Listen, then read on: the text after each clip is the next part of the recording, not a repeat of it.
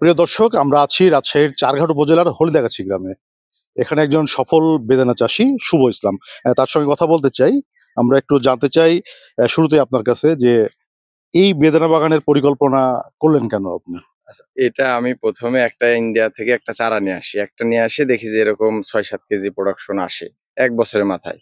পরে আমি ওইটা থেকে কয়েকটা করেছি। তারপরে দেখছি যে মানে ৮-১০ টা আমার ১০ টা গাছ টোটাল ছিল। ১০ টা গাছ থেকে প্রায় আমার ২০২২ সালে এটা আমার প্রায় ১০০ কেজি প্রোডাকশন আসে।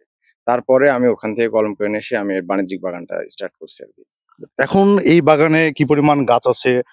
আপনার এই বাগানের আয়তন কত এবং আয় কেমন হচ্ছে? যে আমার এখানে গাছ আছে ছোট বড় মিলে এখন ৩০০ গাছ রানিং আছে। আর তার ভিতরে আমরা ১৮০ টা আমাকে প্রোডাকশন দিচ্ছে।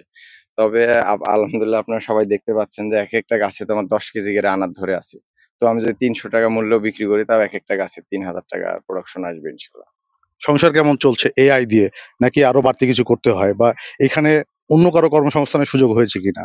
হ্যাঁ, আমাদের এখানে প্রায় ৪-৫ জন কাজ করে, রেগুলার কাজ করে। ওরা চারা প্যাকেট করে, বেদানা ভাঙে বা অন্যান্য পরিচর্যা তারা করে। আমি তাদের সাথে থেকে করি। মোটামুটি আলহামদুলিল্লাহ আমি এখন ভালো আছি আনাজ চাষ করে।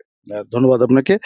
প্রিয় দর্শক, আমরা কথা বলছিলাম একজন সফল বেদানা চাষী শুভ ইসলামের সঙ্গে। তিনি যেটি বলছিলেন তার এই বাগান থেকে যে আয় হয় সেটি দিয়ে আরো ৪-৫ জনের সংসার চলে।